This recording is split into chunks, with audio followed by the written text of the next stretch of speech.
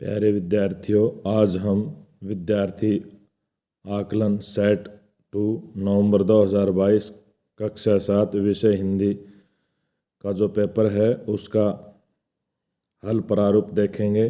आशा है आपको ये वीडियो पसंद आएगा।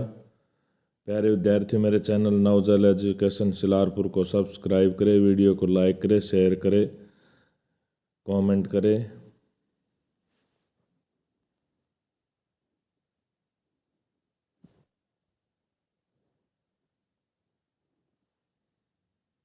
विद्यार्थी आकलन सेट नवंबर 2022 कक्षा 7 विषय हिंदी।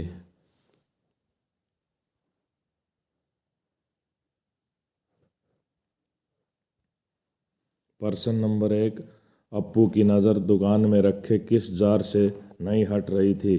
जो कंचे का जार था उससे नहीं हट रही थी। प्रश्न नंबर 2, एक तिनका कविता में कवि की आंख लाल क्यों हो गई थी? यह लाल होने की वजह क्या थी?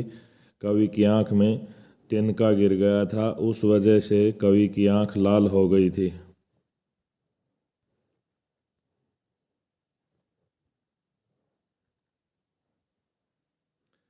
प्रश्न नंबर 3, बच्चों को फास्ट फूड पसंद आने का मुख्यतः क्या कारण है? पौष्टिकता के कारण। फास्ट फूड जो होते हैं उनमें पौष्टिक तत्व होते हैं, तो पौष्टिकता की वजह से फास्ट फूड बच्चों को पसंद आते हैं। प्रश्न नंबर 4, गीता में किस प्रकार के भोजन की बात नहीं की गई है? गीता में सात्विक भोजन, तामसिक भोजन और राजसिक भोजन का जिक्र किया गया है, लेकिन मिश्रित भोजन का जिक्र नहीं किया गया है।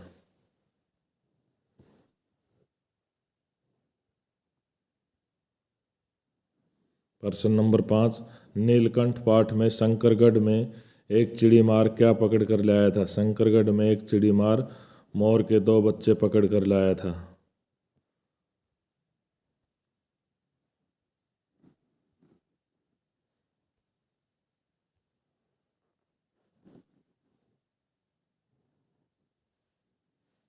प्रश्न नंबर 6, कर्मठ मास्टर जी उस लड़के का चेहरा देखकर समझ गए, तो यहाँ कर्मठ शब्द क्या है? कर्मठ शब्द यहाँ विशेषण है। परोपकार शब्द का अर्थ क्या है? भलाई या दूसरों की भलाई करने वाला। नीलकंठ पाठ में लेखिका का नाम क्या है? नीलकंठ पाठ में लेखिका का नाम महादेवी वर्मा है।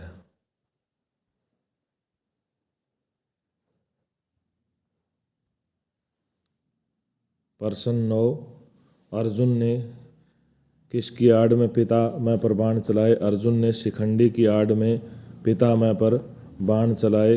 प्रश्न नंबर 10, सौर होते ही चिड़िया किस प्रकार उड़ जाती है?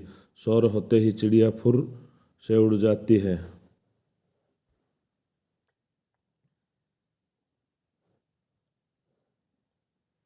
प्रश्न नंबर 11, जब जार से निकलकर अप्पू के मन में कल्पना में समा जाते हैं तब क्या होता है?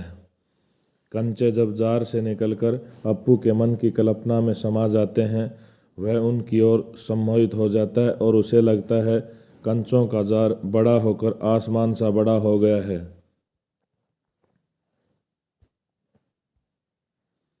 प्रश्न नंबर 12, मोर मोरनी के नाम किस आधार पर रखे गए?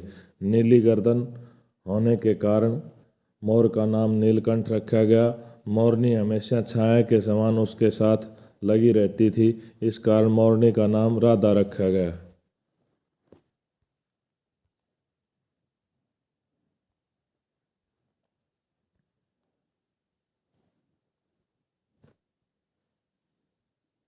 प्रश्न नंबर 13, मीरा के प्रभु गिरधर नागर शरण आयो को तारे पंक्ति का भावार्थ क्या है? इस पंक्ति का भावार्थ है कि भगवान श्री कृष्ण अपने शरण में आने वाले हर किसी पर उपकार करते हैं या उसका उद्धार करते हैं।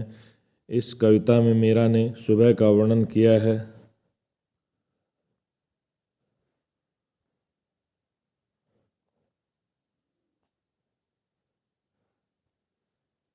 प्रश्न नंबर 14, खान पान में बदलाव के बहुत फायदे हैं, फिर लेखक इस बदलाव को लेकर चिंतित क्यों है?